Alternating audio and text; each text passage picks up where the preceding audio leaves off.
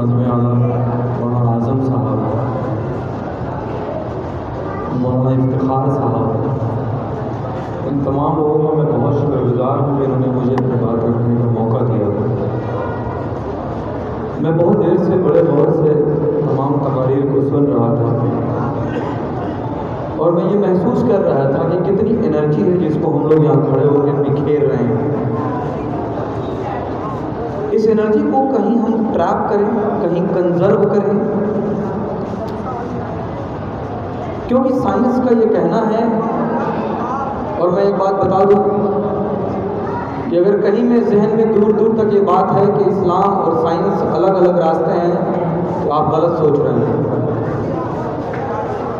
अल्लाह ताला ने करोड़ों साल अरबों साल पहले जब भी दुनिया को बनाया होगा तो ये सूरज, चांद और ज़मीन के निज़ाम को वैसा ही बनाया होगा जैसे आज है। जब अल्लाह ताला ने हमें अक़्ल सलीम दिया और कहा कि ढूंढो मेरी वहदानियत को, पहचानो मेरी साइंस को, और हमने पहचानने की कोशिश की तो हमने ग्रेविटी ढूंढी। तो ऐसा तो नहीं कि जिस दिन हमने ग्रेविटी ढूंढी है उसी दिन बनी है ये तो हमने धीरे धीरे ढूंढना शुरू किया। मैं बहुत मामूली सी एक बात बता दूँ आपको। एनर्जी कंजर्व करने की बात साइंस कहती है कि ऊर्जा न तो बर्बाद की जा सकती है और न ही तो पैदा की जा सकती है। ऊर्जा सिर्फ एक रूप से दूसरे रूप में मुंतकिल, ट्रांसफर की जा सकती है। जैसे ये पंखा चल रहा है, पोल से जो लाइट आई हुई है वो इलेक्ट्रिकल एनर्जी है, विद्युत ऊर्जा है। जैसे ही इसने मोटर में प्रवेश किया और इसने घुमाना शुरू किया तो वो मैकेनिकल एनर्जी में ट्रांसलेट हो गई, यांत्रिक ऊर्जा में परिवर्तित हो गई। अल्लाह ताला ने इस रूहे ज़मीन पे इंसानों को और जानवरों को जिंदा रखने के लिए कितना खूबसूरत मकाम, निज़ाम बनाया है। बाहर पत्तियां बोलते हैं हरी हरी, इन पत्तियों में जिसको हम अपने घर का किचन कहते हैं, जिसमें खाना बनता है, एक मॉलिक्यूल है जिसको क्लोरोफिल कहते हैं। सूरज से आने वाली जो शुआएं हैं उसमें गर्मी है, एनर्जी है, और पत्ती के अंदर पाए जाने वाले किचन में वो क्लोरोफिल का मॉलिक्यूल है, वो सालिवा है जो उस एनर्जी को पकड़ता है और पकड़ पकड़ के रखता है और वो ग्लूकोज का निर्माण करता है। और वो ग्लूकोज फिर स्टोर किया जाता है स्टार्च के रूप में और उसी को खा खा के पूरी कायनात जिंदा है। तो जब उस छोटे से मॉलिक्यूल में अल्लाह ताला ने ये सलाहियत रखी है कि वो सूरज से आने वाली ऊर्जा को, उन एनर्जी को कंजर्व करे और खाना बनाए, तो हम में तो अल्लाह ताला ने बड़ी सलाहियत रखी है। और इसीलिए हमें जवाबदेह भी बनाया है। क़यामत के दिन सूरज से हिसाब किताब नहीं होगा, पहाड़ से हिसाब किताब नहीं होगा। क्यों? जब से दुनिया बनी अल्लाह ने कह दिया सूरज तुम्हें इधर से निकलना है, इधर डूबना है। उसको फैसले लेने का अधिकार नहीं है। हमें फैसले लेने के अधिकार मिले कुछ हद तक, तो फिर हम ही से सवाल भी होगा। हम उलमाओं की तकरीर सुनते हैं, कहते हैं कि क़यामत के दिन जब हमको अल्लाह ताला के सामने पेश किया जाएगा तो हमारी ज़बान बंद होगी, हमारे आज़ा बोलेंगे। समझ में नहीं आता कि कैसे बोलेंगे। तभी मैं कहता हूँ कि अल्लाह ताला ने हमें अक़्ल सलीम दी है कि पहचानो मेरी वहदानियत को। आज ऑक्सफोर्ड यूनिवर्सिटी में ऐसी मशीन है जो हमारे दिमाग की कोशिकाओं को, जो हमारी ब्रेन की सेल्स को, ये लोग कैसे आपस में बात करती हैं। जैसे हमें कोई मसला आता है तो हम 4-10 लोग मिलकर राय मशवरा करते हैं कि बढ़िया मशवरा क्या है, सही सलाह क्या है, किस डायरेक्शन में काम करना है।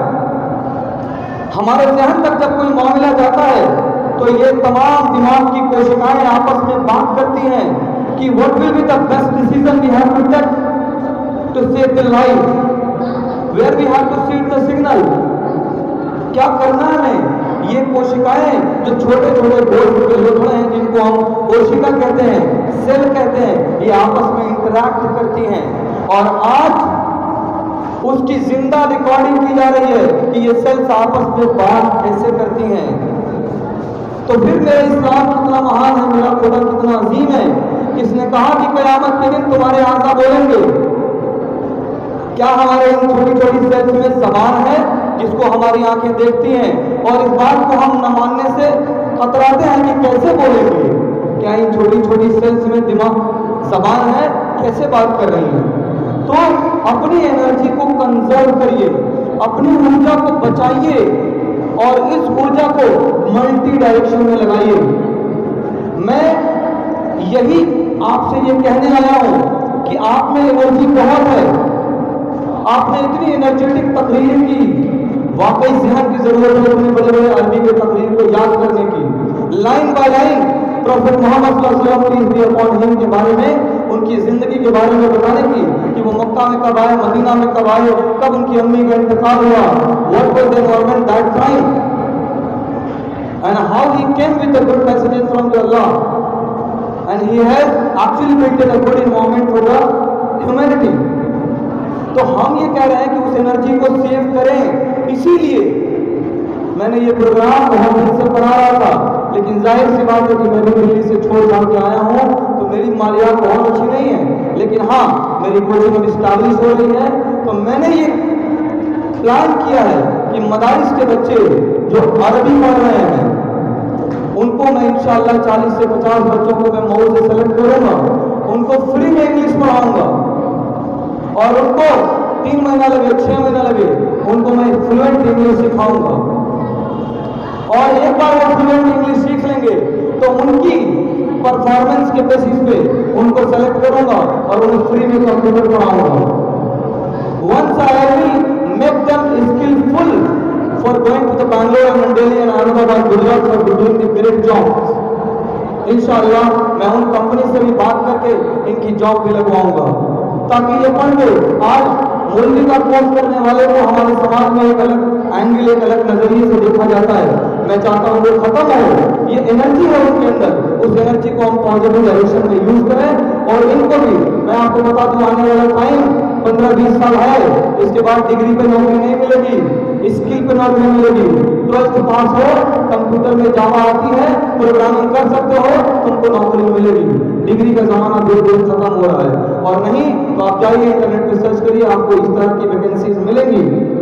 तो इसलिए मैंने ये प्लान किया है कि इंशाअल्लाह हम बच्चे सेलेक्ट करेंगे, उनको पढ़ाएंगे, उनको स्किलफुल बनाएंगे, और इसी मदारिस के बच्चे इंशाअल्लाह इस मार्केट में काम करेंगे।